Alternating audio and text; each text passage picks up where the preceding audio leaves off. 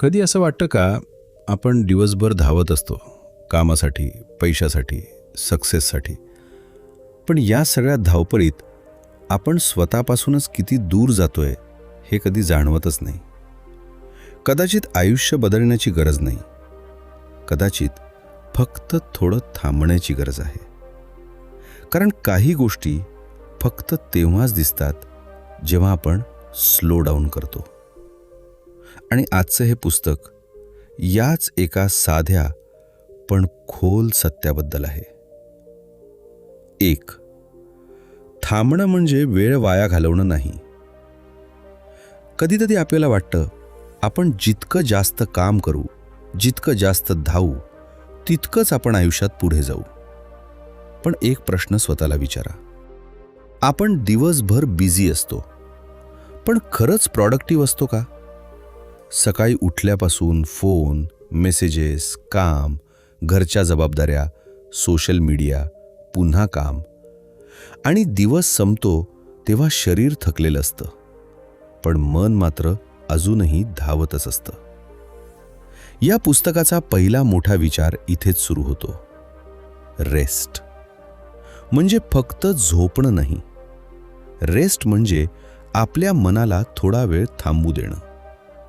आपण शरीराला थकवा आला की आराम देतो, पण मन थकलंय हे मात्र अनेकदा मान्यच करत नाही. समजा तुम्ही दिवसभर खूप काम केलं, संध्याकाळी घरी आलात, शरीराला आराम हवाय, पण हातात फोन घेतला, एक रील पाहिली, मग दुसरी, मग तिसरी. तुम्हाला वाटतंय की तुम्ही आराम करत आहात, पण खरं तर तुमच्या मनावर अजूनही सतत इन्फॉर्मेशनचा मारा सुरू आहे. म्हणूनच कधीकधी 8 तास झोपून उठल्यानंतरही मन फ्रेश वाटत नाही. कारण शरीर झोपलं होतं, पण मनाला शांतता मिळाली नव्हती. इथे एक महत्त्वाची गोष्ट समजून घ्यायला हवी. आपल्या आयुष्यात घडणाऱ्या प्रत्येक गोष्टीवर आपलं नियंत्रण नसतं. कोणी आपल्याला काय म्हणेल, आपल्या कामाचं काय होईल, उद्याचा दिवस कसा असेल, आपल्याला सक्सेस कधी मिळेल, या सगळ्याचा विचार आपण सतत करत राहतो.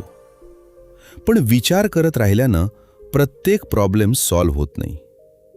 उलट कधीकधी त्याच विचारांना पुन्हा पुन्हा फिरवत राहिल्यामुळे प्रॉब्लेम आपल्या मनात आणखी मोठी होते. उदाहरणार्थ, तुमच्या बॉसनं आज तुम्हाला काहीतरी बोललं. घरी आल्यानंतरही तुम्ही त्याच गोष्टीचा विचार करत राहता. त्यानं असं का म्हटलं? माझी चूक होती का? उद्या पुन्हा काही बोलला तर? माझ्या करिअरवर याचा परिणाम होईल का? एक घटना काही मिनिटांची होती, पण आपण तीच घटना मनात पुन्हा पुन्हा जगत राहतो. आणि इथेच थांबणं महत्त्वाचं होतं. स्वतःला एक छोटासा प्रश्न विचारायचा, आत्ता या क्षणी खरंच काही प्रॉब्लेम आहे का? जर उत्तर नाही असेल तर कदाचित आपल्याला प्रॉब्लेम सोडवण्याची नाही, मनाला शांत करण्याची गरज आहे. रेस्ट म्हणजे आळशी होणं नाही. रेस्ट म्हणजे पुढच्या प्रवासासाठी स्वतःला तयार करणं. जसं एखाद्या मोबाईलला सतत वापरल्यावर चार्जिंगची गरज असते, तसंच आपल्या मनालाही काही वेळ शांततेची गरज असते. म्हणून आजपासून एक छोटासा बदल करून पहा. दररोज फक्त 10 मिनिटं फोन बाजूला ठेवा. कुठलाही व्हिडिओ नाही, कुठलंही म्युझिक नाही, कुणाशी बोलायची गरज नाही. फक्त शांत बसा. सुरुवातीला मन अजून जास्त विचार करेल, पण त्याला थांबवायचा प्रयत्न करू नका. फक्त त्या विचारांकडे पहा. कारण कधीकधी आपल्याला आयुष्यात पुढे जाण्यासाठी आणखी वेगाची गरज नसते, थोडं थांबण्याची गरज असते.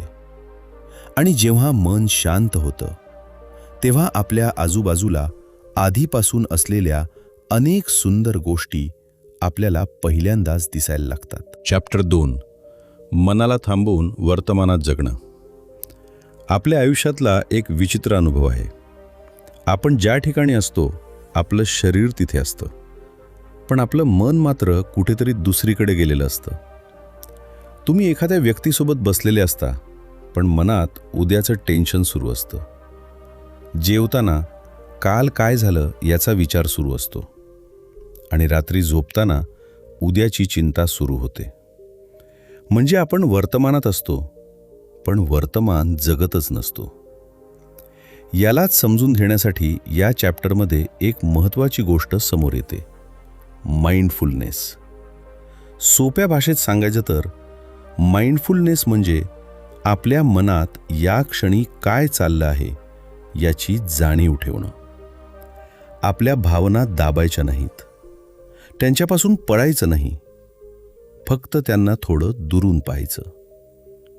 समजा कोणीतरी तुमच्याशी चुकीच्या पद्धतीनं बोललं. पहिली प्रतिक्रिया काय असेल? राग. आणि त्या रागाच्या भरात आपण लगेच उत्तर देतो. नंतर काही वेळानं शांत झाल्यावर वाटतं, अरे, हे एवढं मोठं करण्याची गरजच नव्हती. पण तोपर्यंत शब्द बाहेर पडलेले असतात. माइंडफुलनेस इथेच मदत करतं. राग आला तर लगेच रागावर ॲक्शन घेण्याऐवजी एक क्षण थांबा. स्वतःला विचारा, माझ्या मनात आत्ता राग आहे का? फरक छोटा वाटतो, पण खूप मोठा आहे. कारण मी रागावलो आहे असं म्हणण्याऐवजी माझ्या मनात रागाची भावना निर्माण झाली आहे असं पाहिलं तर तुम्ही आणि तुमची भावना यांच्यामध्ये थोडं अंतर निर्माण होतं. आणि त्या छोट्याशा अंतरातच चॉईस असते. रिॲक्ट करायचं की शांतपणे रिस्पॉन्ड करायचं. हे फक्त रागासाठी नाही, अँक्झायटी असो, जेलसी असो, सॅडनेस असो किंवा ओव्हर थिंकिंग. आपण अनेकदा भावनांशी लढतो. मला टेन्शन येता कामा नये, मला दुःखी वाटता कामा नये, मला राग येऊ नये. पण भावना दाबल्यानं त्या नाहीशा होत नाहीत. कधीकधी त्या आणखी वाढतात. त्याऐवजी मनात काय चाललं आहे ते स्वीकारा. स्वतःला सांगा, हो, मला आत्ता भीती वाटतेय. हो, मला आत्ता राग आला आहे. हो, माझं मन खूप विचार करत आहे. बस. लगेच त्यावर निर्णय घेण्याची गरज नाही. एक छोटा प्रयोग करून पहा. पुढच्या वेळी तुम्हाला राग आला तेव्हा फक्त 10 सेकंद काहीही बोलू नका. एक खोल श्वास घ्या. तुमच्या शरीराकडे लक्ष द्या. हृदय वेगानं धडधडतंय का? हात घट्ट झालेत का? श्वास बदललाय का? फक्त ऑब्झर्व करा. कदाचित 10 सेकंदांनी परिस्थिती बदलणार नाही, पण तुमची प्रतिक्रिया नक्की बदलू शकते. आणि कदाचित माइंडफुलनेसचा सर्वात सुंदर भाग हाच आहे. आपण प्रत्येक परिस्थिती बदलू शकत नाही, पण त्या परिस्थितीकडे आपण कसं पाहतो हे हळूहळू बदलू शकतो.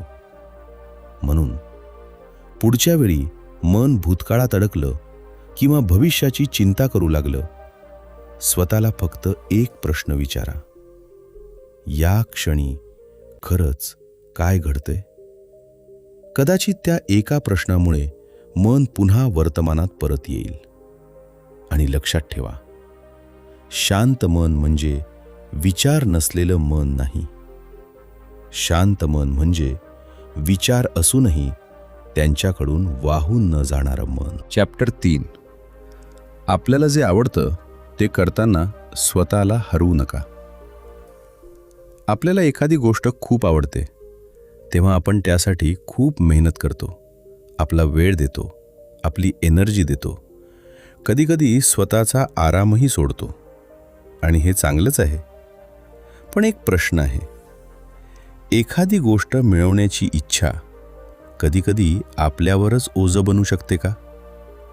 समजा एखाद्या मुलाला आपल्या करिअरमध्ये खूप मोठं व्हायचं आहे. तो दिवसभर काम करतो, नवीन स्किल्स शिकतो, इतर लोकांपेक्षा पुढे जाण्याचा प्रयत्न करतो.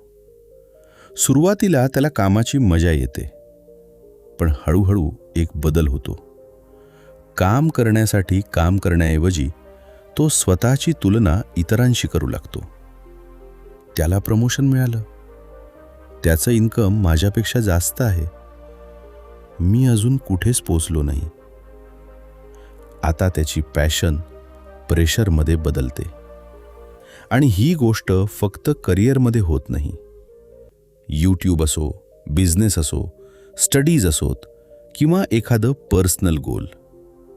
आपण एखादी गोष्ट मनापासून सुरू करतो, पण नंतर रिझल्टची चिंता इतकी वाढते की त्या गोष्टीचा आनंदच निघून जातो. म्हणून स्वतःला एक प्रश्न विचारणं महत्त्वाचं आहे. मी हे खरंच मला आवडतं म्हणून करतोय, की दुसऱ्यांना माझं यश दिसावं म्हणून? दोन्हीमध्ये खूप फरक आहे. जेव्हा आपण फक्त बाहेरच्या अप्रूव्हलसाठी काम करतो, तेव्हा आपला मूड इतरांच्या रिॲक्शनवर अवलंबून राहतो. कोणी कौतुक केलं तर आपण खुश, कोणी इग्नोर केलं तर आपण निराश. व्ह्यूज कमी आले तर आपल्याला वाटतं आपण अपयशी आहोत. पण एका दिवसाचे नंबर्स आपली पूर्ण क्षमता ठरवत नाहीत. पॅशन म्हणजे प्रत्येक दिवस एक्साइटिंग असणं नाही. कधी मोटिवेशन असेल, कधी नसेल. कधी रिझल्ट मिळेल, कधी खूप प्रयत्न करूनही काहीच मिळणार नाही. तरीही आपल्याला त्या प्रवासाचा अर्थ वाटत असेल तर आपण पुढे चालत राहू शकतो. आणखी एक महत्त्वाची गोष्ट आहे, आपल्याला जे आवडतं ते करताना इतर लोकांच्या मतांचा आदर करणंही गरजेचं आहे. कारण कधीकधी आपल्याला आपल्या आयडियावर इतका विश्वास असतो की समोरच्याचं म्हणणं ऐकायलाच तयार नसतो. आपण विचार करतो, मला माहिती आहे मी काय करतोय. पण पॅशन सोबत थोडं ह्युमिलिटी असेल तर आपण खूप वेगाने शिकू शकतो. समजा तुम्ही एखादं काम करत आहात आणि तुमचा मित्र तुम्हाला एक वेगळा पर्स्पेक्टिव्ह देतो. पहिली प्रतिक्रिया असू शकते, नाही, माझं बरोबर आहे. पण त्याऐवजी एकदा विचार करा, कदाचित याचं काहीतरी बरोबर असेल का? हा छोटासा बदल तुमच्या ग्रोथला खूप मदत करू शकतो. म्हणून पॅशन सोडायची नाही, पण पॅशनला आपल्या मनाचा मालकही बनू द्यायचं नाही. ध्येय मोठं ठेवा, मेहनतही मोठी करा, पण स्वतःची किंमत फक्त रिझल्टनी ठरवू नका. कारण आयुष्याचा अर्थ फक्त आपण किती पुढे आलो यामध्ये नाही, आपण त्या प्रवासात किती शिकलो, किती लोकांना जोडून ठेवलं आणि स्वतःला किती जपलं यातही आहे. कधीकधी पुढे जाण्यासाठी फक्त जास्त वेगाची गरज नसते. आपण ज्या दिशेने धावतोय ती दिशा योग्य आहे का हे पाहण्यासाठी थोडं थांबण्याची गरज असते. चॅप्टर 4, नात्यांमध्ये कोण जिंकलं यापेक्षा नातं टिकणं महत्त्वाचं. आपल्या आयुष्यात काही लोक असे असतात ज्यांच्याशी आपण मनापासून जोडलेले असतो. पण गंमत अशी आहे, ज्यांच्यावर आपलं सर्वात जास्त प्रेम असतं त्यांच्यावरच आपण कधीकधी सर्वात जास्त रागावतो. कारण अपेक्षा असतात. त्याने मला समजून घ्यायला हवं होतं, तिने असं बोलायला नको होतं, मी एवढं करतो पण समोरचा माझ्यासाठी काय करतो? आणि हळूहळू नात्यामध्ये प्रेमापेक्षा हिशोब वाढायला लागतो. एक छोटं उदाहरण पाहूया. समजा तुमचा जवळचा मित्र तुमचा फोन उचलत नाही. पहिला विचार, कदाचित बिझी असेल. पण काही वेळाने मन दुसरी स्टोरी तयार करतं. माझा फोन का उचलत नाही? कदाचित त्याला माझ्याशी बोलायचंच नसेल. कदाचित त्याला दुसरे मित्र जास्त महत्त्वाचे वाटतात. आणि काही मिनिटात आपण एका साध्या मिस्ड कॉलपासून पूर्ण गैरसमज तयार करतो. हीच गोष्ट नात्यांना हळूहळू कमजोर करते. आपण वास्तवापेक्षा आपल्या मनात तयार केलेल्या स्टोरीवर प्रतिक्रिया देतो. म्हणून नात्यांमध्ये एक सवय खूप महत्त्वाची आहे. लगेच निष्कर्ष काढू नका. समोरच्याने काही केलं जे आपल्याला आवडलं नाही तर स्वतःला विचारा, मला पूर्ण सत्य माहिती आहे का? कदाचित समोरच्या व्यक्तीची परिस्थिती आपल्याला माहीत नसेल. कदाचित त्याचा दिवस खराब असेल. कदाचित त्याच्याकडे स्वतःच्या काही समस्या असतील. याचा अर्थ असा नाही की प्रत्येक चुकीचं वागणं आपण सहन करायचं. नाही. हेल्दी रिलेशनशिपमध्ये बाउंडरीज देखील महत्त्वाच्या आहेत. कोणाला माफ करणं म्हणजे त्याला पुन्हा पुन्हा आपल्याला दुखावण्याची परवानगी देणं नाही. माफ करणं म्हणजे आपल्या मनातला राग कायमचा घेऊन फिरण्याची गरज सोडणं. कधीकधी आपण एखाद्या आर्ग्युमेंटमध्ये फक्त एकच गोष्ट सिद्ध करण्याचा प्रयत्न करतो, मी बरोबर आहे. पण समजा तुम्ही आर्ग्युमेंट जिंकलात आणि समोरची व्यक्ती तुमच्यापासून दूर गेली, तर खरंच कोण जिंकलं? कधीकधी नातं वाचवण्यासाठी आपल्या इगोपेक्षा नात्याला मोठं मानावं लागतं. याचा अर्थ स्वतःचा अपमान सहन करणं नाही. फक्त प्रत्येक गोष्ट बॅटल बनवायची नाही. काही गोष्टी बोलून सोडवता येतात. काही गोष्टींसाठी शांत राहणं चांगलं असतं. आणि काही नात्यांपासून अंतर ठेवणंही आवश्यक असतं. महत्त्वाचं म्हणजे आपण निर्णय रागाच्या क्षणी घेऊ नये. पुढच्या वेळी तुमच्या जवळच्या व्यक्तीसोबत वाद झाला, ताबडतोब उत्तर देण्याऐवजी थोडा वेळ घ्या. स्वतःला विचारा, मला खरंच समोरच्याला दुखवायचं आहे की मला ही समस्या सोडवायची आहे? हा एक प्रश्न पूर्ण कॉन्व्हर्सेशन बदलू शकतो. कारण नात्यांमध्ये प्रत्येक वेळी कोण बरोबर आहे हे महत्त्वाचं नसतं. कधीकधी महत्त्वाचं असतं, आपण एकमेकांना समजून घेण्याचा प्रयत्न केला का? शेवटी आपल्या आयुष्यात पैसा, करिअर आणि सक्सेस सगळं येतं जातं. पण कठीण काळात आपल्याजवळ बसणारी माणसं, त्यांची किंमत कोणत्याही अचीवमेंटपेक्षा मोठी असते. म्हणून नाती गृहीत धरू नका. कधीकधी फक्त एक फोन करा, कसा आहेस, इतकंच. कारण काही नाती मोठ्या शब्दांनी नाही, छोट्या छोट्या कृतींनी जिवंत राहतात. चॅप्टर 5. प्रेम म्हणजे समोरच्या व्यक्तीला बदलणं नाही, समजून घेणं. प्रेमात पडताना आपल्याला समोरची व्यक्ती खूप खास वाटते. तिचं बोलणं, तिचं हसणं, तिची काळजी घेण्याची पद्धत सगळंच सुंदर वाटतं. पण काही काळ गेल्यानंतर आपल्याला त्या व्यक्तीच्या अशा काही गोष्टी दिसायला लागतात ज्या आपल्याला आवडत नाहीत. आणि इथून खरी परीक्षा सुरू होते. कारण प्रेम करणं सोपं असतं, पण समोरच्या व्यक्तीला तिच्या इम्परफेक्शनसोबत स्वीकारणं हे थोडं कठीण असतं. समजा तुम्हाला तुमच्या पार्टनरची एखादी सवय अजिबात आवडत नाही. सुरुवातीला तुम्ही ती इग्नोर करता, पण हळूहळू मनात एक विचार तयार होतो, ही व्यक्ती अशी का आहे? आणि मग प्रेम हळूहळू एका प्रोजेक्टसारखं होतं. मी याला बदलणार, मी हिला माझ्यासारखं बनवणार. पण माणूस एखाद्या सॉफ्टवेअरसारखा नसतो की आपल्या आवडीनुसार त्याला अपडेट करता येईल. प्रत्येक व्यक्तीची स्वतःची स्टोरी असते.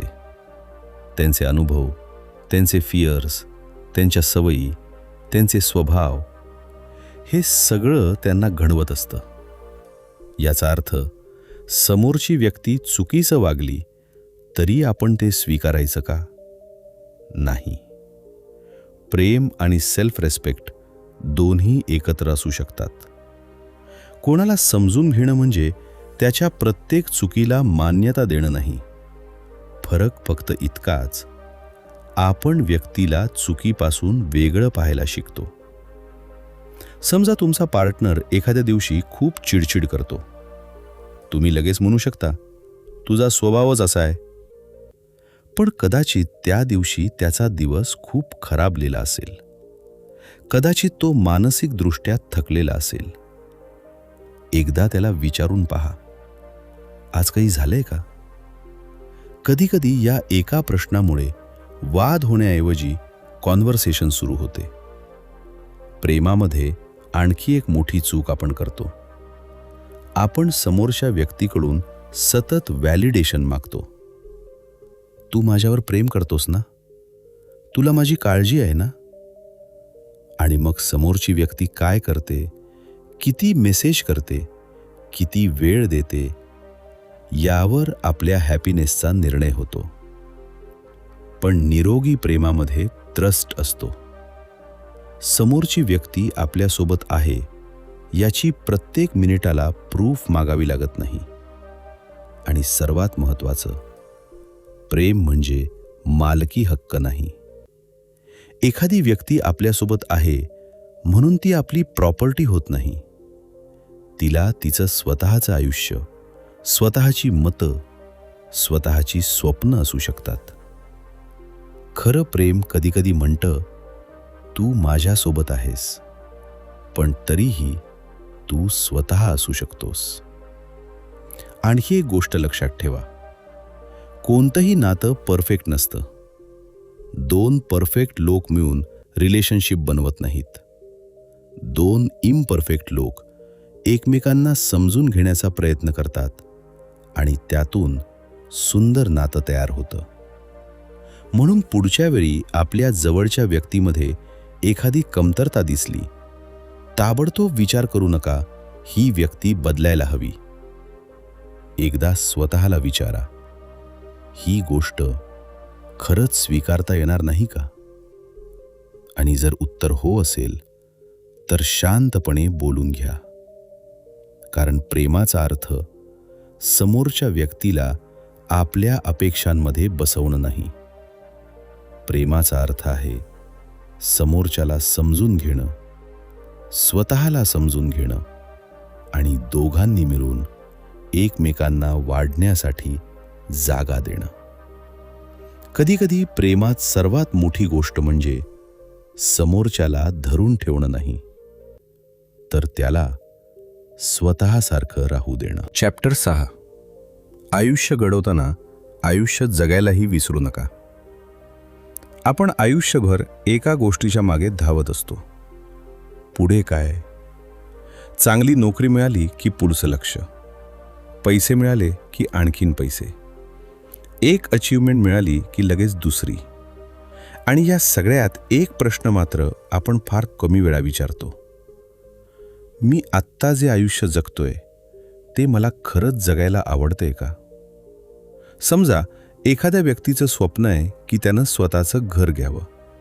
तो खूप मेहनत करतो, पैसे सेव्ह करतो, वीकेंडला देखील काम करतो.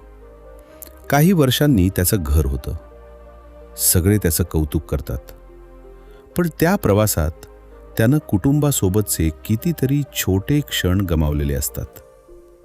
मुलाचं पहिलं परफॉर्मन्स, आईवडिलांसोबतचा निवांत वेळ, मित्राचा फोन, हे सगळं त्यानं नंतर करू म्हणून पुढे ढकललेलं असतं. आणि मग एक दिवस लक्षात येतं, ज्या फ्युचरसाठी आपण जगत होतो ते फ्युचर आलं, पण त्या फ्युचरमध्ये आनंद घेण्यासाठी मनच उरलं नाही. म्हणून प्रेझेंट मोमेंट इतका महत्त्वाचा आहे. याचा अर्थ असा नाही की फ्युचर प्लॅनिंग करू नये. नक्की करा, ध्येय ठेवा, पैसे सेव्ह करा, करिअर बनवा. पण फ्युचरसाठी प्लॅनिंग करताना आजचा दिवस पूर्णपणे सॅक्रिफाईस करू नका. कारण फ्युचर ही एक अशी जागा आहे जिथे आपण कधीच पोहोचत नाही. जेव्हा फ्युचर येतं ते प्रेझेंट बनतं आणि आपण पुन्हा पुढच्या फ्युचरचा विचार सुरू करतो. ही सायकल सतत चालू राहते. आणखीन एक गोष्ट आपल्याला आयुष्यभर त्रास देते, आपली स्वतःशी तुलना. कोणी आपल्यापेक्षा पुढे गेलं की आपल्याला वाटतं आपण मागे आहोत. सोशल मीडियामुळे हे आणखीन वाढलं आहे. आपल्याला दुसऱ्यांच्या आयुष्यातला बेस्ट मोमेंट दिसतो आणि आपण त्याची तुलना आपल्या पूर्ण आयुष्याशी करतो. कोणाचा बिझनेस चालला, कोणाचं लग्न झालं, कोणी विदेशात गेलं, कोणाची इन्कम वाढली आणि मग आपण स्वतःला कमी समजू लागतो. पण प्रत्येकाची जर्नी वेगळी आहे. एखाद्याचं चॅप्टर 20 तुमच्या चॅप्टर 5 पेक्षा चांगलं दिसत असेल म्हणून तुमची स्टोरी खराब होत नाही. तुमचा वेग वेगळा आहे, तुमची परिस्थिती वेगळी आहे, तुमच्या जबाबदाऱ्या वेगळ्या आहेत. म्हणून स्वतःची किंमत दुसऱ्याच्या प्रोग्रेसनं ठरवू नका. आयुष्यात काही गोष्टी आपल्या कंट्रोलमध्ये नसतात. फेलियर येऊ शकतं, नाती तुटू शकतात, प्लॅन फसतो, कधी अचानक परिस्थिती बदलते. आपण प्रत्येक गोष्ट थांबवू शकत नाही, पण त्या परिस्थितीला आपण कसं सामोरं जातो हे आपल्या हातात असतं. कठीण दिवस आला तर स्वतःला अपयशी समजू नका. फक्त एवढं विचारा, या परिस्थितीतून मी काय शिकू शकतो? आणि एक छोटा प्रयोग करा. आज रात्री झोपण्यापूर्वी फक्त 3 गोष्टी आठवा. आज मला कशामुळे आनंद मिळाला? आज मी कोणासाठी काही चांगलं केलं?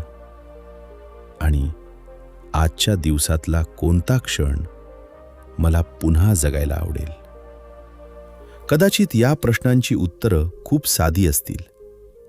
गरम चहा, आईसोबत झालेलं बोलणं, मित्राचा फोन किंवा काही मिनिटांची शांतता.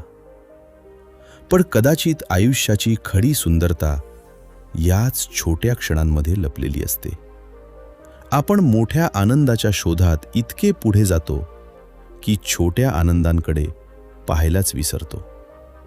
म्हणून आयुष्य फक्त घडवू नका, ते जगायलाही शिका. कारण शेवटी आपल्याला किती काही मिळालं यापेक्षा ते मिळवताना आपण किती आयुष्य अनुभवलं हे कदाचित जास्त महत्त्वाचं असेल. चॅप्टर 7. भविष्याची चिंता कमी, पुढचं पाऊल स्पष्ट. भविष्याचा विचार करणं चुकीचं नाही, पण भविष्याबद्दल इतका विचार करणं की आजचा दिवसच जगता येऊ नये ही मात्र समस्या आहे. कधी करिअरची चिंता, कधी पैशांची, कधी रिलेशनशिपची, कधी स्वतःच्या फ्युचरची. मन सतत एकच प्रश्न विचारत राहतं, पुढे काय होणार? आणि गंमत अशी आहे, ज्या गोष्टीचं उत्तर आज आपल्याकडे नाही त्याचं उत्तर शोधण्यासाठी आपण आजचा सगळा वेळ खर्च करतो. समजा एक मुलगा करिअरबद्दल कन्फ्युज्ड आहे. त्याला 3 वेगवेगळ्या गोष्टी आवडतात. एकीकडे त्याला बिझनेस करायचा आहे, दुसरीकडे क्रिएटिव्ह फील्ड आवडतं आणि तिसरीकडे स्टेबल जॉबचा विचार आहे. तो प्रत्येक दिवस विचार करण्यात घालवतो, यापैकी काय बेस्ट आहे? मी चुकीचा डिसिजन घेतला तर? माझं फ्युचर खराब झालं तर? महिने जातात, पण तो कोणतंच पाऊल उचलत नाही, कारण त्याला परफेक्ट आन्सर हवा असतो. पण आयुष्यात अनेकदा परफेक्ट आन्सर आधी मिळत नाही. पहिलं पाऊल उचलल्यानंतरच आपल्याला पुढची दिशा समजू लागते. आपण एखाद्या रस्त्यावर चालायला सुरुवात केली की पुढचा रस्ता दिसतो, पण सुरुवातीलाच पूर्ण जर्नीचा मॅप मिळेल असं नेहमी होत नाही. म्हणून फ्युचरबद्दल एक गोष्ट लक्षात ठेवा, तुम्हाला संपूर्ण आयुष्याचं उत्तर आजच शोधायची गरज नाही. फक्त पुढचं योग्य पाऊल शोधा. करिअरबद्दल कन्फ्युजन असेल तर स्वतःला 3 प्रश्न विचारा. पहिला, मला कोणत्या गोष्टीबद्दल नैसर्गिक क्युरिओसिटी आहे? ज्या गोष्टीबद्दल आपल्याला वारंवार जाणून घ्यावंसं वाटतं तिथे काहीतरी संकेत असू शकतो. दुसरा, मी कोणती स्किल शिकण्यासाठी सातत्यानं मेहनत करू शकतो? कारण फक्त आवड पुरेशी नसते. कुठल्याही क्षेत्रात काहीतरी चांगलं करण्यासाठी प्रॅक्टिस लागते. आणि तिसरा, मी या स्किलच्या माध्यमातून इतरांसाठी काय व्हॅल्यू निर्माण करू शकतो. कारण करिअर फक्त आपल्याला काय आवडतं यावर बनत नाही.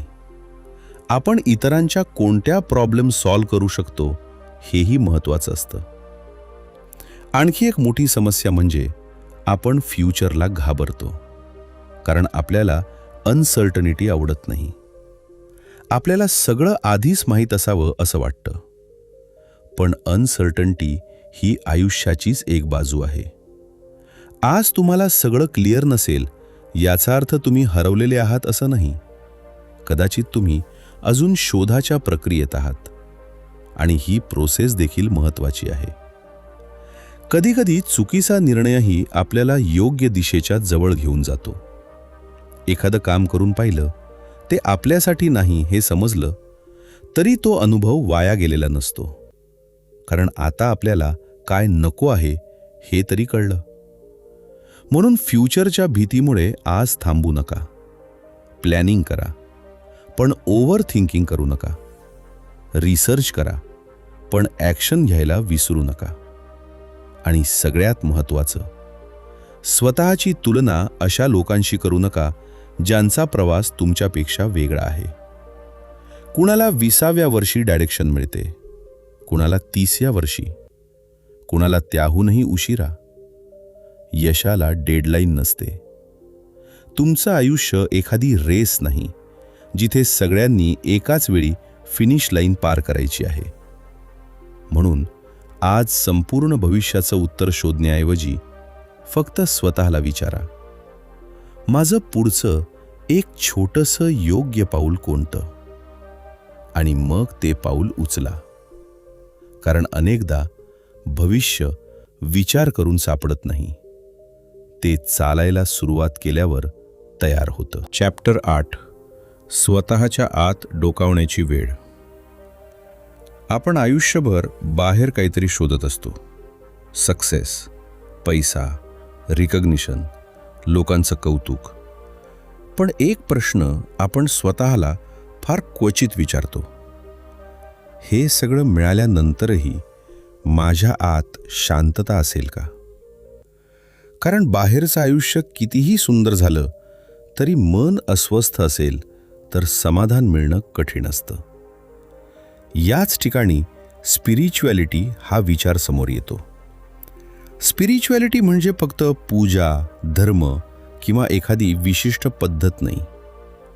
सोप्या भाषेत सांगायचं झालं तर स्वतःला थोडं खोलवर समजून घेण्याचा प्रयत्न म्हणजे स्पिरिच्युअलिटी. मी कोण आहे? मला खरंच काय हवं आहे? मी सतत कोणाच्या अप्रूव्हलच्या मागे का धावतोय? माझ्या मनात इतकी भीती का आहे? असे प्रश्न स्वतःला विचारायला सुरुवात करणं ही देखील एक प्रकारची इनर जर्नी आहे. समजा तुम्हाला एखाद्या व्यक्तीनं खूप वाईट बोललं. तुम्ही दिवसभर त्याचाच विचार करत राहिलात. त्यानं माझ्याशी असं का बोललं? मी त्याला काय उत्तर द्यायला हवं होतं? पुढच्या वेळी मी त्याला दाखवून देईन. बाहेरून पाहिलं तर समस्या त्या व्यक्तीसोबत आहे. पण थोडं शांत बसून पाहिलं तर लक्षात येऊ शकतं, ती घटना काही मिनिटांची होती, पण आपण तिला मनात अनेक तास जिवंत ठेवलं. स्पिरिच्युअलिटी आपल्याला अशा वेळी स्वतःच्या मनाकडे पाहायला शिकवते. आपल्या विचारांकडे, आपल्या रिॲक्शन्सकडे, आपल्या इगोकडे. फक्त त्यांना लगेच बरोबर किंवा चुकीचं ठरवण्यासाठी नाही, तर स्वतःला समजून घेण्यासाठी. आणखी एक सुंदर गोष्ट म्हणजे प्रत्येक व्यक्तीचा मार्ग वेगळा असू शकतो. कोणाला मेडिटेशनमधून शांतता मिळेल, कोणाला निसर्गात वेळ घालवल्यानं, कोणाला प्रार्थनेतून, कोणाला शांतपणे स्वतःसोबत बसण्यात. म्हणून स्पिरिच्युअलिटीला एका चौकटीत बंद करण्याची गरज नाही. महत्त्वाचं आहे तुमच्या मनाला अधिक जागरूक, अधिक शांत आणि अधिक करुण बनवणारी दिशा तुम्ही शोधणं. आणि यासाठी तुम्हाला हिमालयात जाण्याचीही गरज नाही. तुमच्या रोजच्या आयुष्यातच याची सुरुवात होऊ शकते. आज एखाद्या व्यक्तीशी बोलताना फोन बाजूला ठेवा. समोरच्या व्यक्तीकडे पूर्ण लक्ष द्या. जेवताना फक्त जेवणाचा अनुभव घ्या.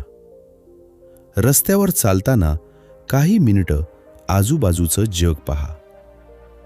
रात्री झोपण्यापूर्वी 2 मिनिटं शांत बसा. काही मिळवायचं नाही, काही प्रूव्ह करायचं नाही, फक्त स्वतः सोबत राहायचं. हळूहळू तुम्हाला जाणवेल, शांतता नेहमी बाहेरून मिळत नाही. कधीकधी आपण बाहेरचा आवाज थोडा कमी केला की ती आपल्या आत आधीपासूनच होती हे जाणवतं. आणि कदाचित याच ठिकाणी या संपूर्ण पुस्तकाचा प्रवास येऊन थांबतो. आपण आयुष्य बदलण्याच्या प्रयत्नात इतके व्यस्त होतो की स्वतःकडे पाहायलाच विसरतो. आपल्याला आणखीन काहीतरी मिळवायचं असतं, पण कधीकधी आपल्याला काही मिळवण्याची गरज नसते. फक्त थोडं थांबायचं असतं, श्वास घ्यायचा असतो आणि स्वतःला पुन्हा एकदा ऐकायचं असतं. कारण बाहेरचं जग कितीही बदललं, खरी शांतता शेवटी आपल्या आतच शोधावी लागते. कदाचित आपल्याला आयुष्य बदलण्याची गरज नाही, फक्त थोडं थांबून ते आयुष्य पुन्हा एकदा जाणून घेण्याची गरज आहे. कारण आपण सतत पुढे धावत असताना आजूबाजूला असलेल्या छोट्या छोट्या सुंदर गोष्टी दिसतच नाहीत. म्हणून आजपासून थोडं स्लो डाऊन करा. स्वतःसाठी, आपल्या माणसांसाठी आणि आपल्या मनासाठी. कारण कधीकधी आयुष्यातलं सगळ्यात सुंदर काहीतरी तेव्हा दिसतं जेव्हा आपण शेवटी थांबतो. तुम्हाला या पुस्तकातील कोणता विचार सर्वात जास्त आवडला तो कमेंटमध्ये नक्की सांगा. आणि अशाच अर्थपूर्ण बुक समरीजसाठी ऑडिओ कट्टा मराठीला सबस्क्राईब करा.